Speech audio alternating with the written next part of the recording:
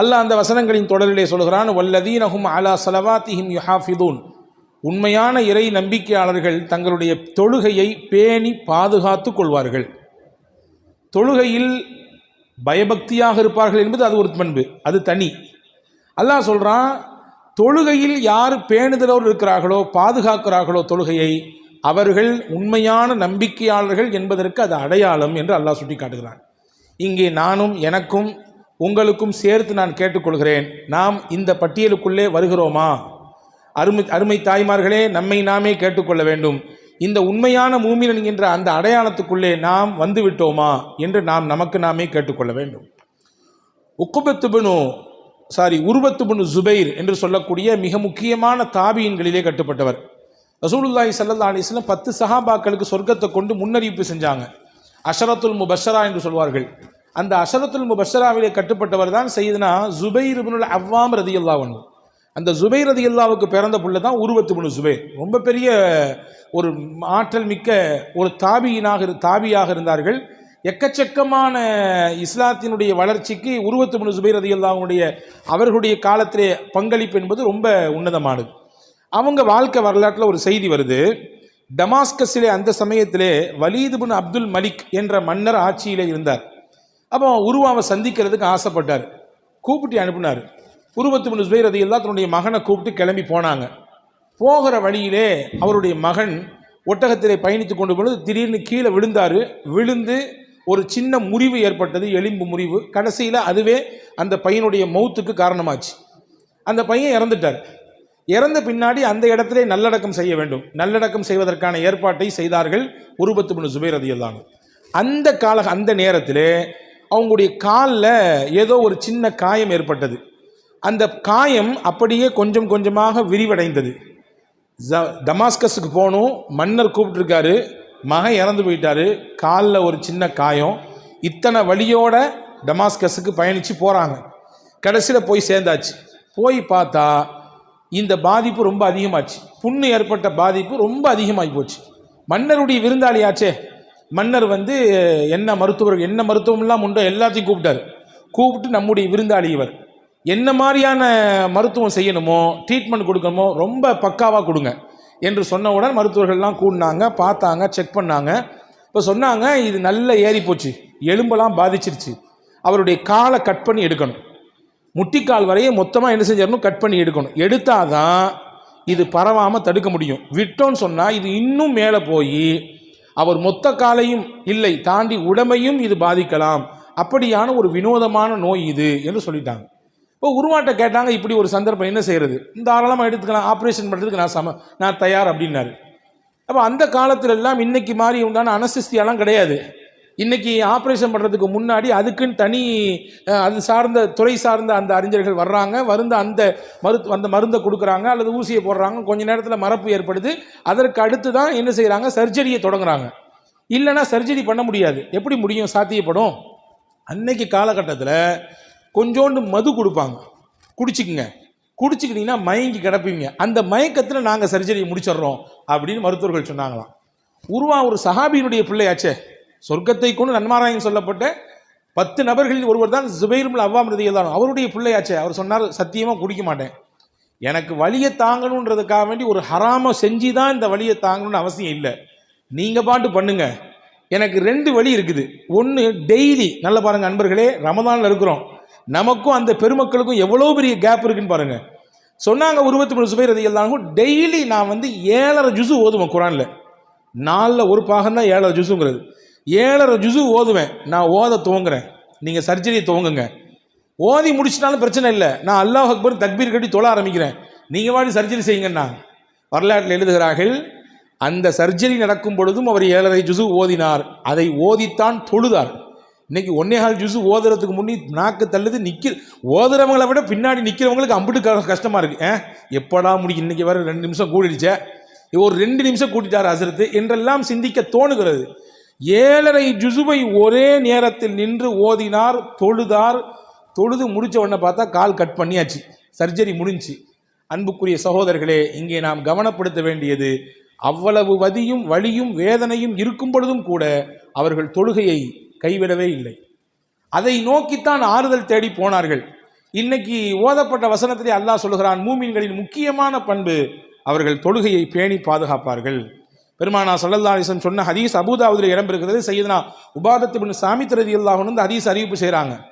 ரசூலுல்லாஹ்ட்ட ஜிப்ரீல் அலைஹிஸ்ஸலாம் வந்தாங்களாம். வந்தவங்க சொன்னாங்களாம், நபியே அல்லாஹ் உங்களுக்கு சலாம் சொன்னான், சொல்லிட்டு ஒரு செய்தி சொல்ல சொன்னான். என்ன ஜிப்ரீல், என்ன முக்கியமான செய்தி? அல்லாஹ் சலாம் சொல்லி செய்தி சொல்றான்னா என்ன செய்தின்னு கேட்டாங்க. அப்பதான் சையதுனா ஜிப்ரீல் அலைஹிஸ்ஸலாம் சொன்னார்கள், மன் வாஃபா பிஹின்ன அலா உதூஇஹின்ன வ மவாகீதிஹின்ன வ ருகூஇஹின்ன வ சுஜூதிஹின்ன, எவரொருவர் ஐங்கால தொழுகையை பேணுகிறாரோ, ஒதுவோடு அந்த குறித்த நேரத்திலே ஒழுங்கான முறையிலே ருக்கு செய்து சரியான முறையிலே சஜிதாக்கள் செய்து தொழுகையிலே கவனமாக இருக்கிறாரோ, அல்லாஹ் அந்த மக்களுக்கு ஒரு வாக்குறுதி கொடுக்கிறான். என்ன வாக்குறுதி? உங்களுக்கு சொர்க்கத்தை நான் தர கேரண்டி, உங்களுக்கு சொண்டு போய் சொர்க்கத்தில் சேர்க்கறதுக்கு நான் கேரண்டி என்று அல்லாஹ் வாக்குறுதி கொடுக்குறான்.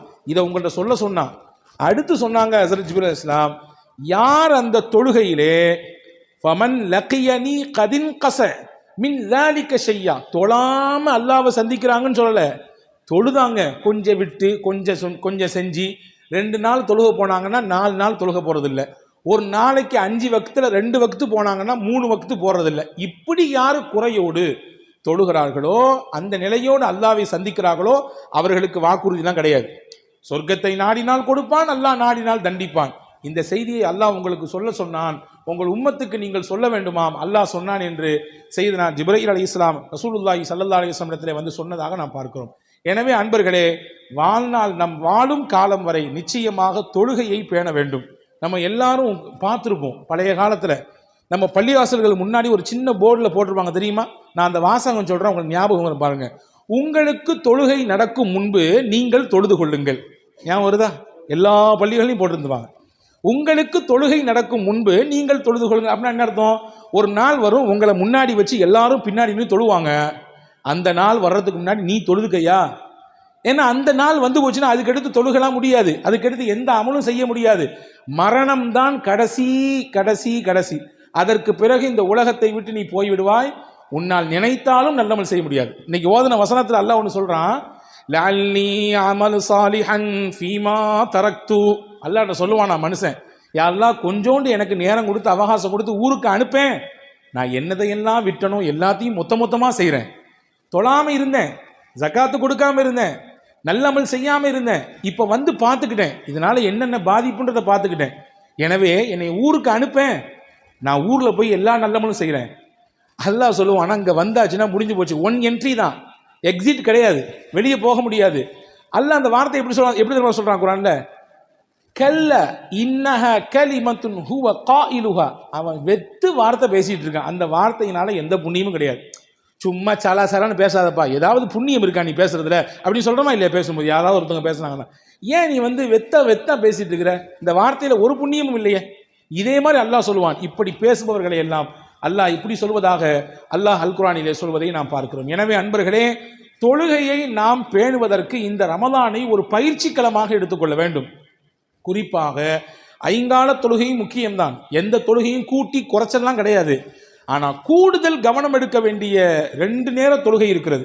என்னடா அதற்கு இந்த 2 நேர தொழுகை மட்டும் ரொம்ப குறிப்பிட்டு சொல்கிறாரு, மற்ற தொழுகைலாம் பிரச்சனை இல்லையா, எக்ஸ்கியூஸ் இருக்கா அப்படின்னு நீங்கள் கேட்க வேண்டாம். இதுதான் கொஞ்சம் பொடுபோக்காக இருக்கக்கூடிய நேரம்.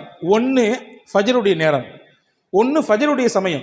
நான் அடிக்கடி சொல்வதுண்டு, ஃபஜருடைய தொழுகையில் இந்த முஸ்லிம் உம்மத் எப்பொழுது ஜும்மாவை போன்று பள்ளிகளிலே ஒன்று கூடுமோ, அந்த நாள், அந்த நேரம், அந்த வருடம் ஒட்டுமொத்த முஸ்லீம் உம்மத்திற்கும் சூழ்ந்திருக்கக்கூடிய எல்லா ஆபத்தையும் எதிர்த்து நிற்பதற்கு வலுவையும் ஈமானிய பலத்தையும் அல்லாஹ் தந்து விடுவான். எப்போங்க?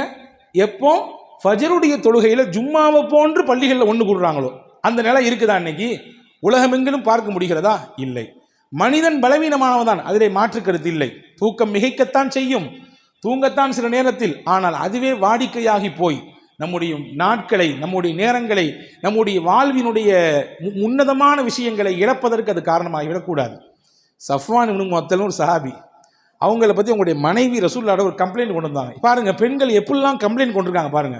ரசூலுல்லாஹ்ட எந்த மாதிரியான அந்த குறைகளோடு வந்து சொல்லியிருக்காங்க பாருங்க. அந்த அம்மா சொல்ற வாசகம் ரொம்ப அற்புதமான வாசகம். யா ரசூலல்லாஹ், இன்ன ஜௌஜி சஃப்வான், என்னுடைய கணவர் இதோ இருக்கிறார் உங்க சபையில், அவருக்கு பேர் சஃப்வான். எல்ரிப்னி இதா சல்லைத்து, வயுஃபத்திருனி இதா சும்து வலா யுஸல்லி ஸலாத்தல் ஃபஜ்ரி ஹத்தா தத்லுஅ ஷம்ஸ். 3 குற்றச்சாட்டு நான் வைக்க போறேன் அவன் மேல. நான் தொழுது அந்த மனுஷன் என்னை அடிக்கிறாரு 1, நான் நோன்பு வச்சா நோன்பை துறன்னு சொல்லி என்னை கட்டாயப்படுத்துறாரு 2, அவரு மேப்படியான் டெய்லி காலைல ஃபஜர் தொழுக போறதே இல்லை, ஃபஜர் சூரிய உதயமான பின்னாடி தான் ஃபஜரையே தொழுகிறாரு. இது என்ன ஏதுன்னு கேட்டு எனக்கு சொல்லுங்கன்னு சொன்னாங்க. ரசூலுல்லாஹ் சஃப்வானை திரும்பி பார்த்து சொன்னாங்க, வீட்டம்மா சொல்றதெல்லாம் உண்மைதானா? ஆமாம் உண்மைதான், ஆனால் 3க்கு ஒரு காரணம் இருக்கு நபின்னாங்க. என்ன காரணம் சொல்லுங்கன்னாங்க. என்ன என் தொழுதா ஏன் நீங்கள் தொலை வேண்டாம்னு சொல்கிறீங்க, ஏன் தொழுதா அந்த அம்மாவை அடிக்கிறீங்கன்னு கேட்டாங்க. யார் ரசூலுல்லாஹ், தொழுதா ஏதா இன்னும் ஆத்தைனா வல்ல சிறு மாதிரி சின்ன சின்ன சூறா ஓதுவாங்கன்னு பார்த்தா இவங்க பெரிய பெரிய சூறா 2 சூறா ஓதுறாங்களே. எப்படி நான் குழந்தைகள்லாம் இருக்குது, சின்ன சின்ன பிள்ளைங்களா இருக்குது, எவ்வளோ நேரம் தான் நம்மளால் வச்சுக்க முடியும்? முடியாதே, வீட்டு வேலைகள்லாம் இருக்குதுல்ல, அதிலே போய் நின்றாங்கன்னா ரொம்ப நேரம் தொழுதுட்டு இருக்காங்க. அப்போ ரசூலுல்லாஹ் சொன்னாங்க அந்த பெண்மணியை பார்த்து, நீங்கள் சுருக்கமாக சின்ன சின்ன சூறாக்களை ஓதி தொழுது கொள்ளுங்கள். சரி, ஓகே, ஒரு கம்ப்ளைண்ட் முடிஞ்சு. அடுத்து நோன்பு வச்சா ஏன்பா நோன்பு விட சொல்கிறேன் சொன்னாங்க அந்த சஹாபி. யார் ரசூலுல்லாஹ், நான் ஒரு வாலிபர், இரவு நேரங்களிலே வெளியே போய் வேலை பார்க்கக்கூடியவர், பகலில் தான் வீட்டிலே இருப்பேன். பகலில் எனக்கு என் மனைவியிடத்தில் வேண்டிய சில தேவைகள் இருக்குது, பக்கத்தில் போனேன்னா நோன்பு வச்சிருக்கேன் பக்கத்தில் வராதீங்கன்னு அந்த அம்மா தடுக்கிறாங்க. என்ன இது, எப்போ வந்தாலும் நோன்பா இருக்குது, ரமதானுடைய காலத்தில் பிரச்சனை இல்லை, அது ஃபரது, மற்ற நேரங்கள்லாம் நோன்பா இருக்குது எப்படி அப்படின்னு சொல்லி கேட்டாங்க. அப்போ ரசூலுல்லாஹ் சொன்னாங்க, பொதுவான ஒரு காயிதா சொன்னாங்க, பொதுவான ஒரு சட்டம், ஒரு பெண் தன் கணவன் வீட்டில் இருக்கிற பொழுது நோன்பு நோற்க வேண்டும் என்றால் அந்த கணவனின் அனுமதி இல்லாமல் நோற்கக்கூடாது. பெண்கள் இந்த ஹதீஸை தப்பாக புரிஞ்சுட்டு 4லேருந்து நோன்பு விட்றாதீங்க, வீட்டுக்காரர் பிடிச்ச சொல்ல மாட்டேக்காருன்ட்டு. இது ரமதானுக்கு பொருந்தாது. ரமதான் அல்லாத மற்ற மாசத்துல, ரமதான் அல்லாத மற்ற மாசங்களிலே நஃபிலான நோன்புகள், சுன்னத்தான நோன்புகள், வீட்டில் கணவர் இருந்தார்னா வீட்டுக்காரர்கிட்ட கேட்கணும் நோன்பு வைக்கணுமான்னு. அவர் ஓகேன்னு சொன்னார்னா வைக்கலாம். அதுக்குன்னு வேணும்னே அந்த மனுஷன் வேண்டான்னு சொல்லுவான்னு தெரிஞ்சுக்கிட்டு அவர்கிட்ட அப்படி கேட்க வேண்டிய நிர்பந்தம் கிடையாது. சரியா? 2. 3வது சொன்னாங்க, ஃபஜர் தொழுகை போகிறது இல்லையாமல் என்ன விஷயம் அப்படின்னு கேட்டாங்க. இந்த மாதிரி நான் ஏற்கனவே சொல்லிட்டேன், ராத்திரி நேரம் வேலை பார்க்குறேன், காலையில் விடிய கால அந்த தஹஜ்ஜத் சமயத்தில் தான் வருவேன், கொஞ்ச நேரம் படுக்கலான்னு நினைப்பேன், அப்படி எந்திரிச்சிடலாம் நினைப்பேன், தூங்கி போயிடுவேன், கண்ணு கொண்டு போயிருது, நான் என்ன பண்ணட்டும் அப்படின்னாங்க. இப்போ ஸல்லல்லாஹு அலைஹி வஸல்லம் ஹஸரத் ஸஃப்வான் ரலியல்லாஹு சொன்னாங்க, வ இதஸ்தைகல்த ஃபஸல்லி, நீ எப்போ எந்திரிக்கியோ அப்போ தொழுதுக்கோப்பா அப்படின்னாங்க ஸல்லல்லாஹு அலைஹி வஸல்லம் ஸஃப்வான் ரலியல்லாஹு பார்த்து. உங்கள் முகமெல்லாம் சிரிப்பாக இருப்பது எனக்கு தெரிகிறது, 14 நாள் பயானிலே இன்னைக்கு தான் சிறந்த பயான் சொல்லியிருக்கிறீர்கள் ஹஸரத், நாளையிலிருந்து நாங்கள் இதை அப்படியே கடைபிடிப்போம் அப்படின்னு சொல்லி தப்பான முடிவு எடுக்காதீங்க. இது ஸஃப்வான் ரலியல்லாஹுக்கு மட்டும் சொன்னது, அவங்களுக்கு மட்டும். எக்ஸ்கியூஸ்ங்கிறது அவங்களுக்கு மட்டும்தான், வேற யாருக்கும் கிடையாது. இப்போ இங்கே நமக்கு செய்தி என்னன்னா, ஸஃப்வான் ரலியல்லாஹு வீட்டிலே இருக்கக்கூடிய ஒரு கணவர், அவர் தொழலன்றது எங்கேருந்து கம்ப்ளைண்ட் வருது ரசூலுல்லாஹ்ட்ட? வீட்டு மனைவிட்டேருந்து வருது. அப்படின்னா அந்த வீடு எந்த அளவுக்கு தொழுகையின் கூடாரமாக இருந்திருக்கும், தொழுகை விஷயத்தில் எந்த அளவுக்கு கவனத்தோடு இருந்திருப்பாங்க. எனவே அன்பர்களே, நாமும் தொழ வேண்டும், பேணி பாதுகாக்க வேண்டும், நம் வீட்டிலே இருக்கக்கூடியவர்களையும் தொழுகையாளியாக மாற்ற வேண்டும். குறிப்பாக ஃபஜருடைய தொழுகை ரொம்ப முக்கியமானது. ஃபஜர் தொழுதா 2 விஷயம் கிடைக்குங்க. ஃபஜர் தொழுதா நிறைய கிடைக்கும், அது ஒரு பெரிய பட்டியலே இருக்குது, 10 விதமான சிறப்புகள் எழுதுகிறார்கள் கிதாபுகளில். நான் 2 விஷயம் சொல்ல போகிறேன். டெய்லி மலக்குகளை சந்திக்கலாம். ஃபஜர் தொழுகை வந்தீங்கன்னா மலக்குகள் உங்களை பார்ப்பாங்க, நீங்கள் அவங்கள பார்க்க மாட்டீங்க, ஆனால் உங்களை மலக்குகள் பார்ப்பாங்க ஃபஜருக்கு நீங்கள் வந்தீங்கன்னா. பெருமானார் ஸல்லல்லாஹு அலைஹி வஸல்லம் சொன்னாங்க, புகாரி முஸ்லிமில் இந்த ஹதீஸ் வந்திருக்கிறது, யதஆகபூன அலைக்கும் யதஆகபூன ஃபீக்கும் மலாயிகத்துல் லைல் வ மலாயிகத்துல் பின் நஹார். இரவுக்கென்று தனி ஷிஃப்ட் மலக்குகள் இருக்காங்க, பகலுக்குன்னு தனி ஷிஃப்ட் இருக்கிறாங்க. இவங்க 2 பேருமே வந்துட்டு கிராஸ் பண்ணி போகிற இடம் எதுன்னா ஃபஜருடைய நேரம். இரவு டியூட்டியை முடிச்சுட்டு மேலே போவாங்க, பகல் டியூட்டிக்கு மேலேருந்து வருவாங்க. இந்த கிராஸ் பண்ணுற இடம் ஃபஜருடைய சமயம். இப்படி தான் அவங்க ஃபஜரில் தான் கிராஸ் பண்ணி போவாங்க. போகும்பொழுது அல்லாஹ் கேட்பானா, என்னுடைய அடியார்களை எப்படி விட்டு விட்டு நீங்கள் வந்திருக்கிறீர்கள், கைஃப தரக்தஹும் இபாதி, என்னுடைய அடியார்களை எவ்வாறு நீங்கள் விட்டு விட்டு வந்தீர்கள்.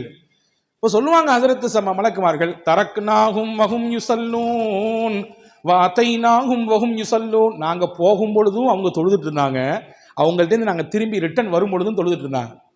2 நேரத்தில் சந்திச்சுப்பாங்க, ஒன்று ஃபஜருடைய நேரம், இன்னொரு அசருடைய நேரம். அப்போ நாங்கள் போகும் பொழுதும் ஃபஜரில் தொழுதுட்டு இருந்தாங்க, நாங்கள் ரிட்டர்ன் வரும் பொழுதும் ஃபஜர் அவங்க அசர் தொழுதுட்டு இருந்தாங்க. ஆக மொத்தம் 2 சமயத்திலையுமே தொழுகக்கூடிய நிலையில் தான் உன்னுடைய அடியார்களை நாங்கள் விட்டு வந்திருக்கிறோம் அல்லாஹ் என்று அந்த மலக்குகள் அல்லாஹ்விடத்தில் சொல்வதாக நாம் பார்க்கிறோம். எனவே மலக்குகளை சந்திக்கக்கூடிய வாய்ப்பு இருக்குது. உங்களுக்கு ஒன்று தெரியுமா, வேர்ல்டுலேயே ஒரு நாடு இருக்குது, முஸ்லீம் நாடு. நான் படித்தேன், ஆச்சரியமாக இருந்த அந்த தகவல் எனக்கு. உலகத்தில் ஒரு நாடு இருக்கிறது, ஃபஜர் தொழுகை உதயமானதிலிருந்து ஃபஜர் தொழுகை நேரம் முடியும் வரை அந்த குறிப்பிட்ட நேரத்தில் ஒரு 45 நிமிடம் அந்த நாட்டுக்குள்ளே ஃப்ளைட் இறங்கவும் செய்யாது, ஏறவும் செய்யாது. ஃப்ளைட் இறங்கவும் செய்யாது, ஏறவும் செய்யாது. அப்படி ஒரு நாடு இருக்கு. அந்த நாடு தான் ஈரான். ஏன்னா ஃபஜருடைய நேரத்தில் மக்களுக்கு தொழுகையின் மீது அக்கறையை ஏற்படுத்த வேண்டும் என்பதற்காக வேண்டி அந்த நாட்டில் அப்படி ஒரு சட்டம் போட்டு வைத்திருக்காங்க. அந்த நாட்டில் ஃபஜர் சமயத்தில் குறிப்பிட்ட அந்த நேரத்தில் இறங்குவதற்கும் ஏறுவதற்கும் அனுமதி இல்லை.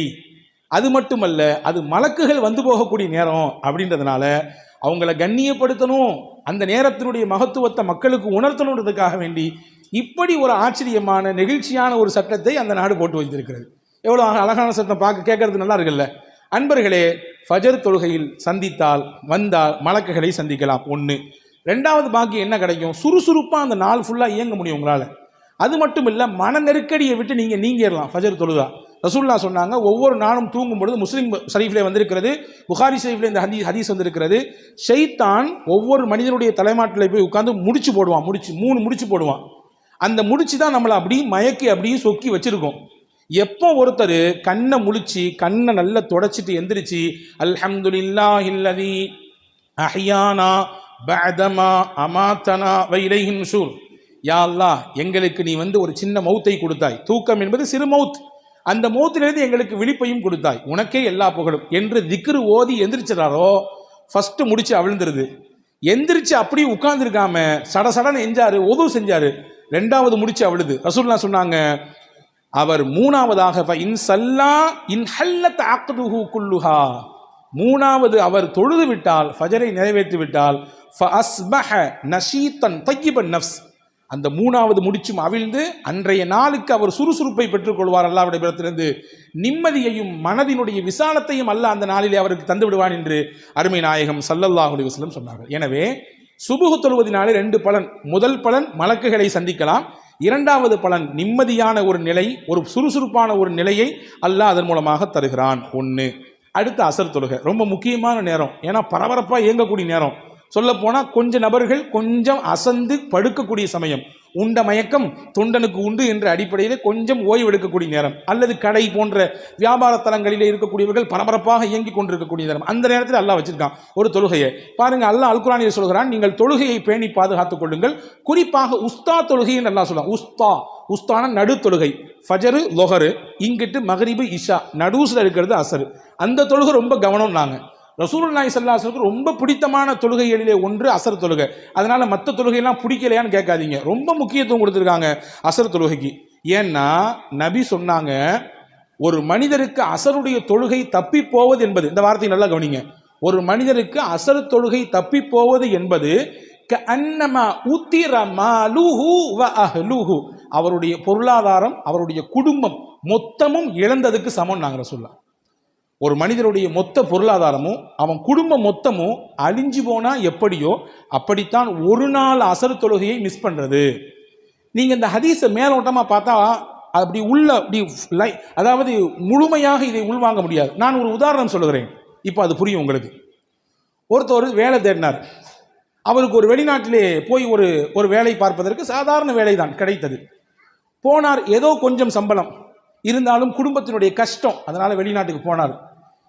அங்கே உழைச்சார், ராத்திரி பகலாக உழைச்சார், கொஞ்சம் கொஞ்சமாக சேர்த்தார், குருவி சேர்த்த மாதிரி சேர்த்தார். நாள் ஓடிக்கிட்டே இருந்துச்சு. 2 வருஷத்துக்கு ஒருக்க தான் ஊருக்கு வருவார். வந்தார்னா 2 மாதம் தான், குழந்தை குட்டி மனைவி மக்களை பார்த்துட்டு மறுபடியும் ஏறிடுவார். இப்படி ஓடிச்சு. அவர் லைஃப்பில் 20 வருஷம் ஓடி போச்சு.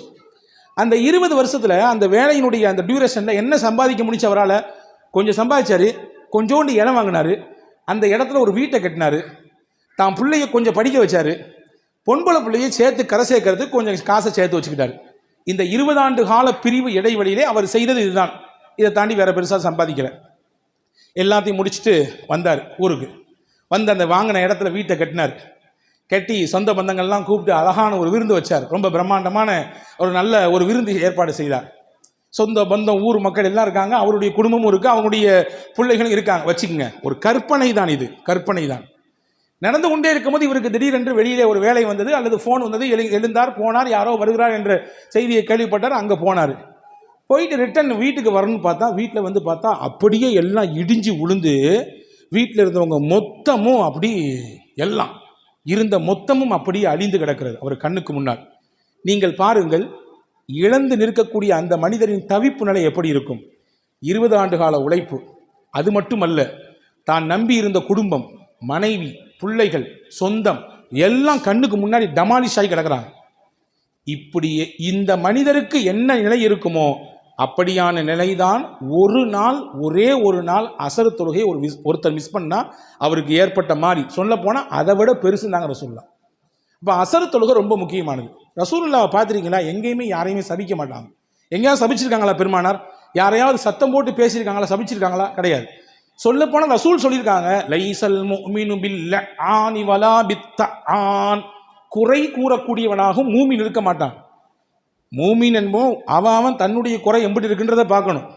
தனக்குத்தானே பார்த்து கொள்ள வேண்டும். என்னிடத்தில் எவ்வளவு குறை இருக்கிறது சொல்லுவாங்கல்ல, ஒருவரை நோக்கி நீங்கள் ஒரு விரலை நீட்டினால் மிச்சம் இருக்கக்கூடிய 3 விரல் உங்களை பார்த்து கேட்குது, இது என்ன அப்படின்னு நீங்கள் கேட்டீங்கன்னா, ஒரு விரல் தான் அவரை பார்த்து நீட்டுது, மற்ற 3 விரல் உங்களை பார்த்து நீக்குது. அப்படின்னா என்ன அர்த்தம்? முதல்ல ஒன்னிடத்தில் இருக்கக்கூடிய குறையை முதல்ல நீ பாரு, அடுத்த ஆள்கிட்ட பேசிக்கலாம். அப்போ குறை கூறக்கூடியவராகவும் மூமின் இருக்க மாட்டார். அடுத்த வார்த்தை, சபிக்கக்கூடியவராகவும் மூமின் இருக்க மாட்டார். ரசூலுல்லாஹ் சொல்லியிருக்காங்க, சபிக்க மாட்டாங்க. ஹஸரத் ஹம்ஸா ரலியல்லாஹுடைய மரணம் சபிக்கல. பெரிய பெரிய சங்கடங்கள் ஏற்பட்டுச்சு, யாரையுமே சபிக்கல. ஆனால் ரசூலுல்லாஹ் ஒரு நேரம் சபித்தார்கள். எந்த நேரம், எப்படி சபிச்சாங்க தெரியுமா? ஹதீஸ்ல வந்திருக்கிறது. சையதுனா அலி ரலியல்லாஹு சொல்றாங்க, அல்லாஹும்ம அம்லா குலூபல்லதீன ஷகலூனா அன் ஸலாத்தில் உஸ்தா நாரா வம்லா புயூதஹும் நாரா வம்லா குபூரஹும் நாரா. அசர் நேர தொழுகையை தொழவிடாமல் தடுத்து விட்டார்களே இந்த ஹந்தக்கிலே எதிரிகள், இறைவா அவருடைய உள்ளங்களுக்கு நீ நெருப்பை கொடுப்பாயாக, அவர் வீடுகளிலே நெருப்பை தூக்கி போடுவாயாக, அவர்களுடைய கபறுகளிலே நெருப்பை நீ ஏற்படுத்துவாயாக என்று பெருமானா ஸல்லல்லாஹு அலைஹி வஸல்லம் ரொம்ப கடினமான வார்த்தையை கொண்டு சபிக்கிறாங்க. எதுக்கு இந்த சபித்தல்? தனக்கு ஏற்பட்ட நோவின் சமயத்தில் சபிக்கல. தனக்கு பிரச்சனை, குடலை தூக்கி மேலே போட்டான், சஜிதால இருக்காங்க, குடலை தூக்கி, ஒட்டகத்தினுடைய நாற்றம் அடிக்கல குடலு தூக்கி போட்டான், அங்கே ரசூலுல்லாஹ் சபிக்கல. அதாவது அவங்களுக்குலாம் நீ பார்த்துக்கோ அல்லான்னு சொன்னாங்க, அவ்வளோதான். இவங்கெல்லாம் நீ பார்த்துக்கோ, நீ உன் பொறுப்பில் விட நீ பார்த்துக்கோ அப்படின்னாங்க. ஆனால் தொழுகையை தொழவிடாமல் தடுத்து விட்டார்கள். மகரிபுடைய நேரம் வரப்போகுது, அசருடைய தொழுகை தொழ முடியல, இப்படி இந்த பயல்கள்லாம் நம்மளை செஞ்சுட்டாங்களே, இறைவா நீ பார்த்துக்கோ, அவங்களுடைய கபறுகளில் அவங்க வீடுகளில் கொண்டு போய் நெருப்பு அள்ளி போடுன்னு நல்லா சொன்னான், அல்லாஹ்வின் தூதர் சொன்னாங்க. அப்படின்னா அந்த நேர தொழுகையினுடைய முக்கியத்துவம் எவ்வளவு தூரம் உன்னதமானது என்பதை நாம் உள்வாங்கிக் கொள்ள வேண்டும். இப்படி 5 நேர தொழுகைக்கும் 5 விதமான பெரும் பெரும் சிறப்புகளை கிதாபுகளிலே அறிஞர்கள் எழுதி வைத்திருக்கிறார்கள். எனவே நம்முடைய வாழ்நாளிலே ரமதானில் எப்படி நாம் எல்லாம் தொழுகையாளிகளாக இருக்கிறோமோ, எவ்வளவு தூரம் நினைக்கிறோம், ஃபஜருக்கு எவ்வளோ மும்முரமாக வர்றோம், மற்ற நேரங்கள்லாம் எவ்வளவு தூரம் எங்கே இருந்தாலும் வாங்க சொல்லிட்டா அங்கங்கே போகிற இடத்துல எங்கே பைக்கை நிப்பாட்டிட்டு அல்லது காடியை நிப்பாட்டிட்டு நேராக போய் தொழுதுட்டு அடுத்த வேலையை பார்க்குறோம் இல்லையா? ரமதானில் அந்த அக்கறை இருக்கா இல்லையா? இதே நினைப்பு, இதே சிந்தனை ரமதான் மட்டும் இல்லாமல் வாழ்நாள் முழுவதும் நிச்சயம் தொடர்மையானால் அல்லாஹ் சொன்ன அந்த மூமின்களின் அடையாளத்துக்கு உரியவர்களாக நாமும் மாறிவிடலாம். அப்படிப்பட்ட உயர்ந்த சிந்தனையோடு வாழக்கூடிய நல்ல தௌஃபீக்கை உங்களுக்கும் எனக்கும் எல்லா மக்களுக்கும் அல்லாஹ் வழங்குவானாக. ஆமீன்.